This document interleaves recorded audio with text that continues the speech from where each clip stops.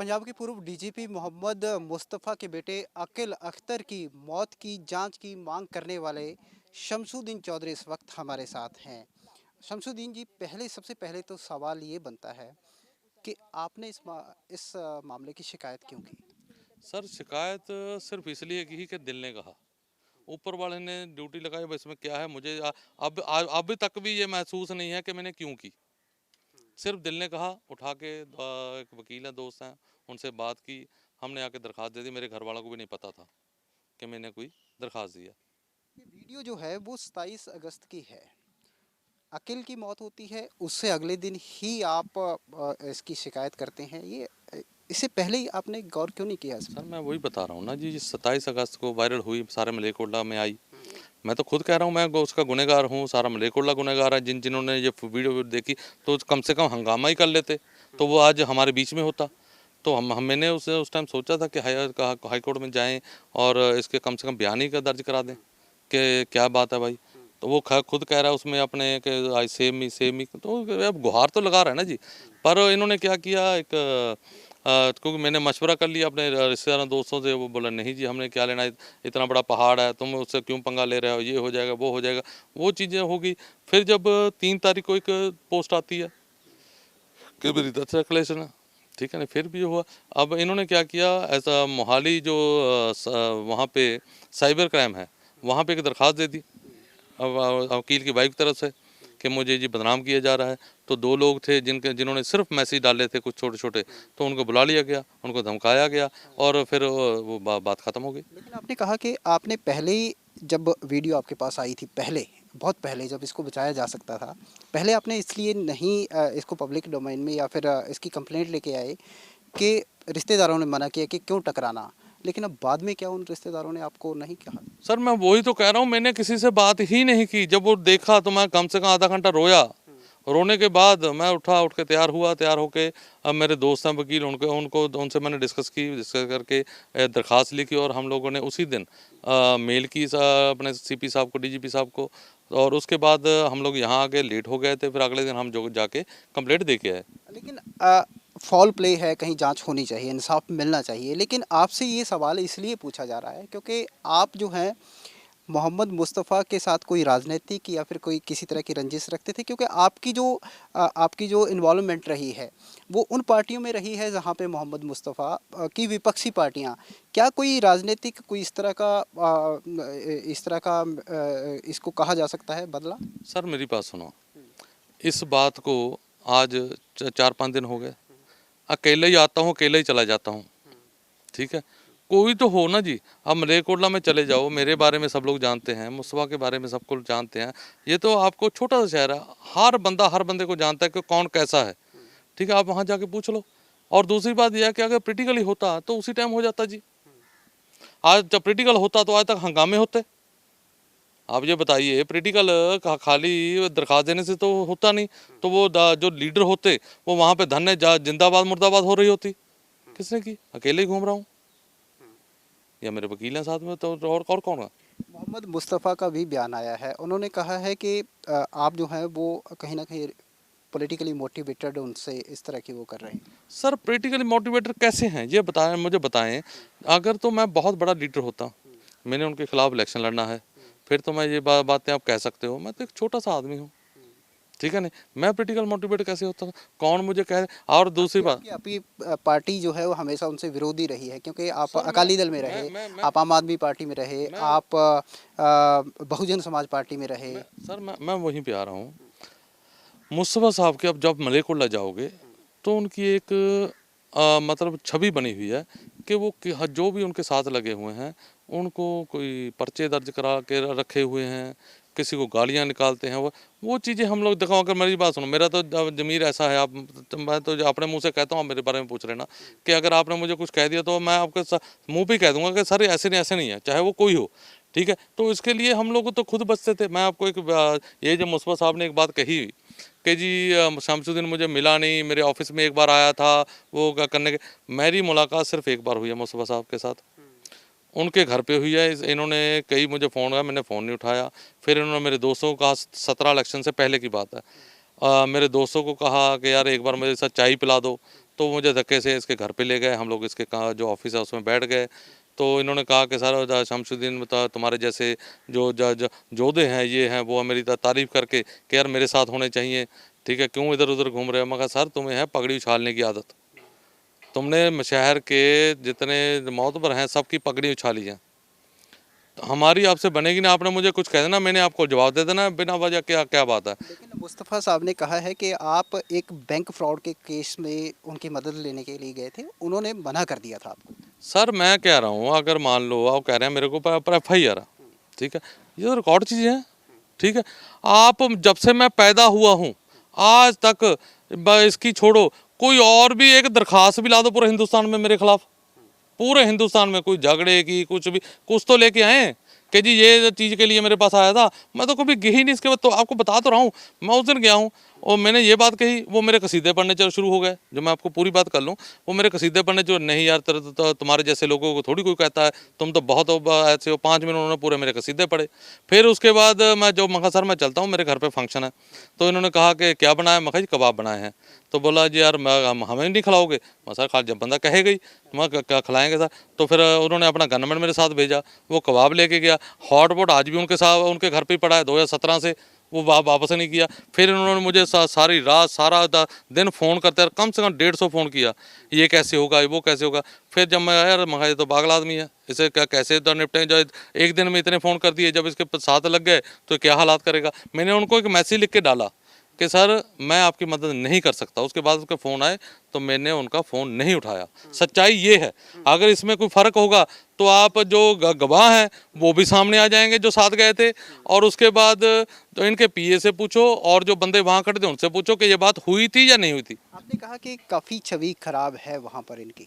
जी बिल्कुल सर, आप जाओ तो सही। आप ये मेरी बात सुनो, छवि खराब का ये क्या होता है इलेक्शन में, आप इलेक्शन की वीडियो निकालो मलेरकोटला की इलेक्शन में। तीन तीन इलेक्शन इन्होंने जीते हुए हैं, मंत्री रहे हैं। आपको लगता है कि पब्लिक में इतनी इतनी खराब छवि हो तो इलेक्शन जीत सर सकते मैं वही कह रहा हूँ ना जी, लोगों को डराते हैं धमकाते हैं।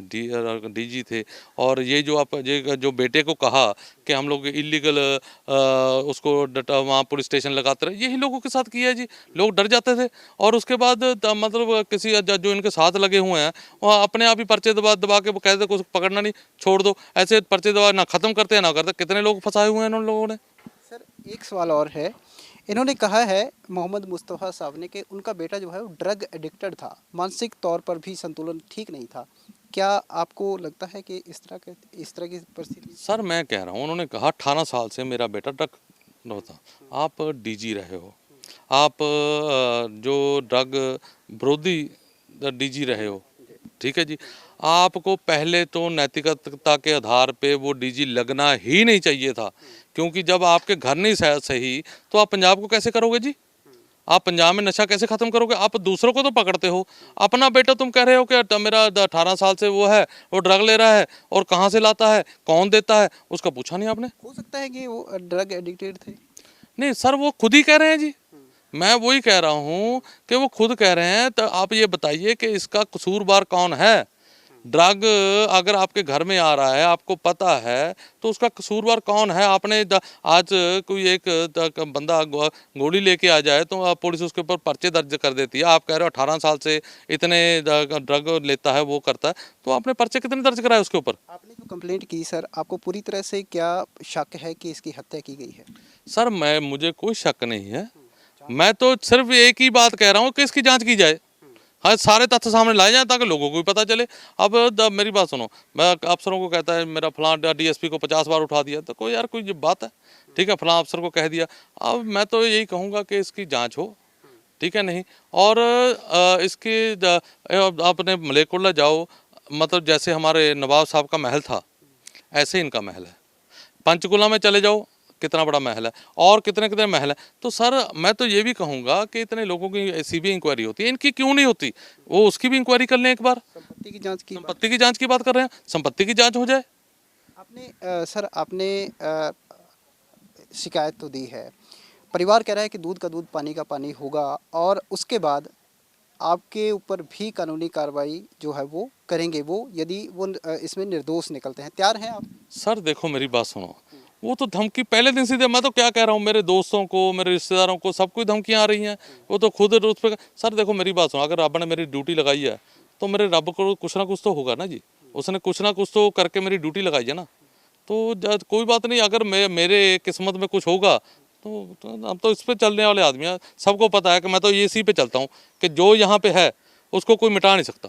जांच में शामिल होने के लिए आप आए हैं, कल भी आपसे 7 घंटे के आसपास पूछताछ हुई है, आज फिर आए हैं। नहीं नहीं, कोई 7 घंटे पूछताछ नहीं हुई। 7 घंटे पूछताछ पत्रकारों ने किया, ठीक यही टाइम लग गया। हम अंदर गए तो उसके बाद सर बोले, मैंने बोला सर मैं लेट बहुत हो जाऊंगा मैं जाते हुए, तो हम लोग कल आ जाएंगे। बोला ठीक है कल आ जाओ। तो ये हैं शमसुद्दीन चौधरी, जिन्होंने कंप्लेंट की थी मोहम्मद मुस्तफ़ा के बेटे अकील अख्तर की मौत की जांच जो है वो होनी चाहिए, और फिलहाल ये कह रहे हैं कि मोहम्मद मुस्तफ़ा की जो संपत्ति है उसकी भी जांच होनी चाहिए। कैमरामैन सचिन अरोड़ा के साथ कुलवीर दीवान, न्यूज़ नेशन, पंचकुला। मेरे लिए कुछ नहीं, ये जो इल्ज़ाम लगाए हैं कुछ छिछोरे लोगों ने, गंदी सोच रखने वाले लोगों ने, मैं उनका मुकाबला करूंगा, मैं झूठ का मुकाबला करूंगा। जब कोई एक दरखास्त लेके पेश होता है पुलिस के सामने गंभीर इल्ज़ाम लगाकर, तो पुलिस की कानूनी ड्यूटी बनती है कि उसकी एफआईआर दर्ज करें। पुलिस ने अपनी ड्यूटी का पालन किया है, एफआईआर दर्ज की है, मैं इसका स्वागत करता हूँ, वेलकम करता हूँ। अब असली काम शुरू होगा, इन्वेस्टिगेशन। उसमें चंद रोज में सच और झूठ का लोगों को पता लग जाएगा, और साथ में जो लोग ये जिन्होंने करवाया है उनको भी ये सोचना होगा कि ये बहुत सीरियस एलिगेशन है। जो एक मरहूम आत्मा को, जो हमारे दिल को ठेस पहुंचाई है, उनके हवाले से जो एलिगेशन लगाए हैं, ये भी एक बहुत सीरियस ऑफेंस है। तो पुलिस देखेगी कि कानून का शिकंजा किस तरफ जाता है। तो तुम बता सकते हैं क्या कुछ हुआ था? मेरा बेटा देखिए एक पेशेंट था, 18 साल की उसकी हिस्ट्री है, रिकॉर्डेड हिस्ट्री है, नॉन हिस्ट्री है, पूरी पंजाब पुलिस को पता है। वो इतना, जो पंजाब में एक बहुत बड़ी बीमारी है ड्रग एडिक्शन की, मेरा बेटा भी उसका शिकार था। उसी में चलते उसकी बहुत लंबी कहानी है, वो रिकॉर्डेड है, ड्रग डी एडिक्शन सेंटर वगैरह वगैरह वगैरह। उसमें वो लेता था बच्चा, कभी सेंटर के बाहर होता था, कभी अंदर होता था। अब ये ओवरडोज का केस मुझे लगता है, क्योंकि जिस दिन ये 14 को हम लोग दिल्ली से आए हैं, 16 को उसका ये इंतकाल हुआ है।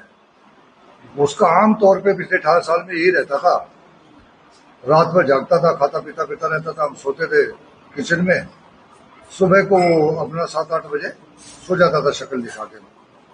उस दिन सुबह को हमें दिखाई नहीं दी उसकी शक्ल। बाद में मेरे स्टाफ ने बताया कि सुबह 8 बजे उठा था, सिगरेट लेने गया था, जो आमतौर पर उसका काम होता है।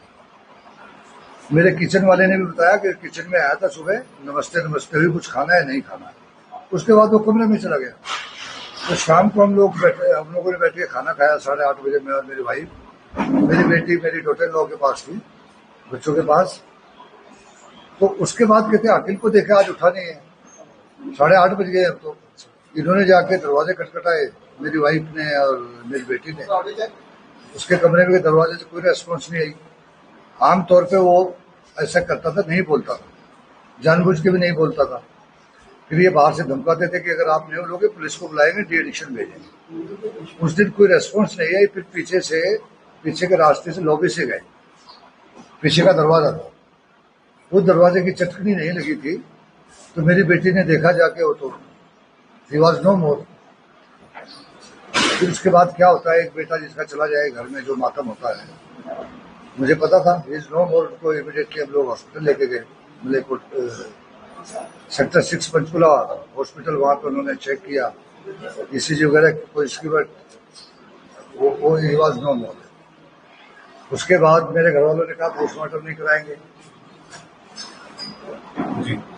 मैंने जिद की कि पोस्टमार्टम मैंने कराना है, पोस्टमार्टम कराना है, क्योंकि मुझे पता था उस बच्ची की एक वीडियो निकली, उस हालत में साइकोटिक पेशेंट था। साइकोटिक पेशेंट अगर आप समझते हो, किसी डॉक्टर से पूछना, उसे कोई होश नहीं होता वो क्या बोल रहा है क्या नहीं बोल रहा है। उसे वो चीजें दिखती हैं जो नहीं है, वो सुनती है जो नहीं बोली जा रही, उन चीजों पर यकीन करता है जो नहीं है। ये सब कुछ होता है। इसलिए मुझे पता था, उनकी वीडियो ये वायरल हो चुकी थी 27 अगस्त को, मैंने अपने घर वालों को उनकी मर्जी के खिलाफ पोस्टमार्टम कराया, क्योंकि मैं समझता था कि मेरे दुश्मन जो लोग सियासत में होते हैं उनके दुश्मन बहुत शरारती होते हैं, इसलिए मैंने पोस्टमार्टम कराया। नहीं तो आज एक मांग उठी थी, साहब पोस्टमार्टम नहीं हुआ कब्र खोदो, वो मैंने नौबत नहीं आने दी। और जो मेरे बच्चे ने उस वीडियो में कहा है, वो एक साइकोटिक पेशेंट कुछ भी कह सकता है, लेकिन एक वीडियो उसने 8 अक्टूबर को बनाई, यानी कि 40-42 दिन के बाद पहली वीडियो। उसकी बच्चे की दिमागी हालत का अंदाजा आप इस बात से लगाएं, उसको ये नहीं पता कि 40 दिन पहले वीडियो बना के डाली थी। वो कहता है कि पिछले साल मैंने अपने घर वालों के खिलाफ एक वीडियो बनाई थी। उस बच्चे को ये भी नहीं पता कि पिछले साल नहीं 40 दिन पहले बनाई थी। फिर वो 3 मिनट में माफी मांगता है, मैंने पता नहीं क्या क्या कहा, मैं उन बातों को दोहराना भी नहीं चाहता, मेरी बहन से अच्छी कोई बहन नहीं है, मुझे दवाइयाँ देती थी, मैं समझता था मुझे जहर दे रही है, वगैरह वगैरह वगैरह। 3 मिनट की वीडियो आप मेरे से ले लो, उसके बाद आपको मुझसे कोई सवाल नहीं पूछना पड़ेगा। क्या लगता है आपको राजनीतिक साजिश है? अरे राजनीतिक 100% गंदी साजिश है। मैं इन छिछोटी हरकतों से नहीं डरता। मैं डरता हूं अगर अपने बेटे की रूह को अल्लाह मियाँ रूह को बख्शे। मेरा फिक्र मेरा गम वो है। मैं तो 6 दिन से फोन ही नहीं लिया मैंने कोई भी। मेरे बहुत चाहने वालों के, लोगों के, छोटों के, बराबरों के, बड़ों के फोन है, मैंने कोई कॉल नहीं ली, किसी के भी कॉल नहीं ली। सीनियर ऑफिसर्स के, सीनियर पॉलिटिशियंस के एक का भी फोन मैंने नहीं सुना आज से पहले। लेकिन आज जब ये हुआ फिर मैं खुल के आ गया। अब मैंने उस गम को दबा लिया है, वो तो गम सारी उम्र रहेगा मेरे साथ, लेकिन अब मैं इन छिछोरे लोगों का मुकाबला करूँ। तो शमशुद्दीन कौन है जिन्होंने एफआईआर दर्ज किया, क्या संबंध है? शमशुद्दीन वो क्लेम करता है कि मेरा पड़ोसी है। मेरा घर मलेरकोटला शहर से 2 किलोमीटर बाहर, जो मलेरकोटले कॉन्स्टिट्यूंसी का भी हिस्सा नहीं है, अमरगढ़ कॉन्स्टिट्यूंसी में। हम लोग वहाँ हफ्ते में 2-3 दिन के लिए जाते हैं। बाकी मेरी फैमिली चंडीगढ़ में रहती है। मेरे चंडीगढ़ घर में पिछले 25 साल में मेरा बेटा, उसकी आदतों की वजह से हम लोग उसे मलेरकोटला नहीं ले जाते थे, बहुत कम ले जाते थे। इन 25 साल में अगर टोटल उनका मैं मलेरकोटले में 5-7 बार वो मलेरकोटले में गया हूँ। 1-2 बार उसने ऐसी हरकत की, वहीं मलेरकोटले में ये चीज़ें आसानी से मिल जाती हैं, तो हमने सख्ती से फिर वो पाबंदी रखी। हम लोग पब्लिक लाइफ में है ना, तो पब्लिक मैन को थोड़ा डरना पड़ता है। तो जो शमशुद्दीन है, ये मेरा पड़ोसी कहाँ से, पहले तो सवाल उससे ही है। दूसरा मैंने सुना, वो कहता मेरा रिश्तेदार है। अच्छा, मेरा रिश्तेदार बताइए तो सही, कब से रिश्तेदार हुआ मेरा, कभी मुझे मिला है? एक बार किसी 2-3 लोगों को साथ लेके आया था सिफारशी, जब मैं डीजीपी ह्यूमन राइट्स कमीशन था। केस ने बैंक फ्रॉड का केस है, इसमें करोड़ों का, उसमें मदद के लिए आया था। मैंने साफ मना किया था, मैं ऐसे केस में मना नहीं करता हूँ। उसकी हिस्ट्री ये है, जो एमएलए हमारे खिलाफ जीता है उसका एक पीए था, 3.5 साल तक उसका पीए रहा। 8 महीने पहले तकरीबन स्पोर्ट्स ने निकाल दिया। पता लगा लोगों से कि हाई कमांड का हुक्म मिला, उनकी पार्टी के हाई कमांड का, एमएलए साहब को, जमीलुर रहमान साहब को, कि इसने बहुत दुनिया लूट ली, इसको फौरन निकालना। सच जमीलुर रहमान जानता है या वो जानता है? ये 8 महीने से वहां से निकाल दिया गया, निष्कासित है वहां से, उसके दरबार से। अब ये किसी एक और पॉलिटिकल पार्टी के बड़े लीडर के हाथों में खेल रहा है। मैं उसका नाम नहीं लूंगा अभी, वक्त आने पे मैं उसको भी पर्दाफाश करूंगा उसका भी। पोस्टमार्टम रिपोर्ट प्रिलिमिनरी रिपोर्ट आई है, ओवरडोज उसमें लिखा है, ओवरडोज। बाकी विसेरा भेज दिया गया है, विसेरा में पता लगेगा, बाकी उसमें टाइम लगता है रिपोर्ट आने में। जहाँ भक्ति है हर शब्द में, कथाओं में छिपे हैं दिव्य रहस्य, और ज्योतिष देता है जीवन को दिशा। धर्म से जुड़ी हर बातों को जानने के लिए हमारे चैनल स्तुति को सब्सक्राइब करें। चैनल पर जाने के लिए इस लिंक पर क्लिक करें।